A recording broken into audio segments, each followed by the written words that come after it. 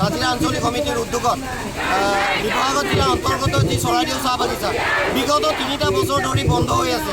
এই বন্ধ হৈ থকা মূলত কাৰণ হৈছে চৰকাৰ, বেংক কৰ্তৃপক্ষ আৰু যি বাগিচা পৰিচালনা কৰ্তৃপক্ষৰ যি মানে ধনৰ লেনদেন বা কিবা ঋণৰ লেনদেনৰ কাৰণে আজি বাগিচাখন সম্পূৰ্ণৰূপে স্তব্ধ হৈছে। তাত থকা যিসকল শ্ৰমিকৰ আজি শ্ৰমিকৰ যি অনাই যি তেওঁলোকৰ গ্ৰেচুৱেটি ধন বা তেওঁলোকৰ যি ভৱিষ্যত নিধি ধন, সেই ধন আজি শ শ্ৰমিক মৰি যোৱাৰ পিছতো সেই শ্ৰমিকৰ ধনসমূহ মোকলাবলৈ পৰা নাই বা মোকলাই দিয়া নাই। লগতে যি বাগিচাখন বন্ধ হৈ থকা যি প্ৰাথমিক যি চিকিৎসালয়, এই চিকিৎসালয় সম্পূৰ্ণৰূপে বন্ধ হৈ আছে, যাৰ কাৰণে সৰু এটা ৰোগীৰ এজন ৰোগ হ'লে তেওঁ প্ৰায় 7 পৰা 8 কিলোমিটাৰ খোজকাঢ়ি যাব লগা হৈছে। তেনে এটা পৰিস্থিতি তাত উদ্ভৱ হৈছে। আজিও বৰ্তমান চৰকাৰে সবকা সাথ সবকা বিকাশ কোৱা চৰকাৰখন শ্লোগান দি থকা চৰকাৰখনে আজি এনেকুৱা এটা বাগিচা বন্ধ হৈ আছে, যিখন দেশত ভাৰতবৰ্ষৰ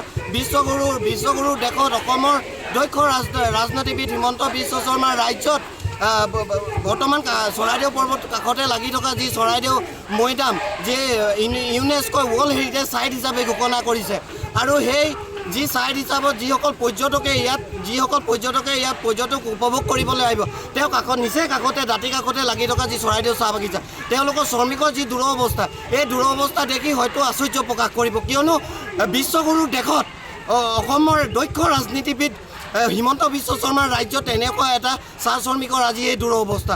গতিকে অসম চৰকাৰক আমি কাটৰ অনুৰোধ আৰু আমি দাবী জনাইছোঁ, সোনকালে যি চৰাইদেউ পৰ্বত চাহ বাগিচা বন্ধ হৈ থকা পৰ্বত চাহ বাগিচা সোনকালে খোলাৰ ব্যৱস্থা কৰিব লাগে।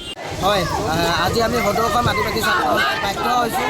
আজি আদিবাসী ছাত্ৰ সন্থাৰ সকলো কৰ্মকৰ্তাৰ লগতে এই চৰাইদেউ চাহ বাগিচাৰ শ্ৰমিকসকল বাধ্য হৈছে ৰাজপথত যি ৰাজপথ অৱৰোধ কৰাৰ নিচিনা এটা কাৰ্যসূচী লৈ যোৱা আমাৰ হৈছে। গতিকে আমি অৱৰোধ কৰিব বিচৰা নাই আৰু কৰাও নাই, কিন্তু অনাগত দিনত এই বাগিচাখন যদি খোল নাখায় কিন্তু আমি ৰাজপথ অৱৰোধ কৰিম, এই কথা স্পষ্ট।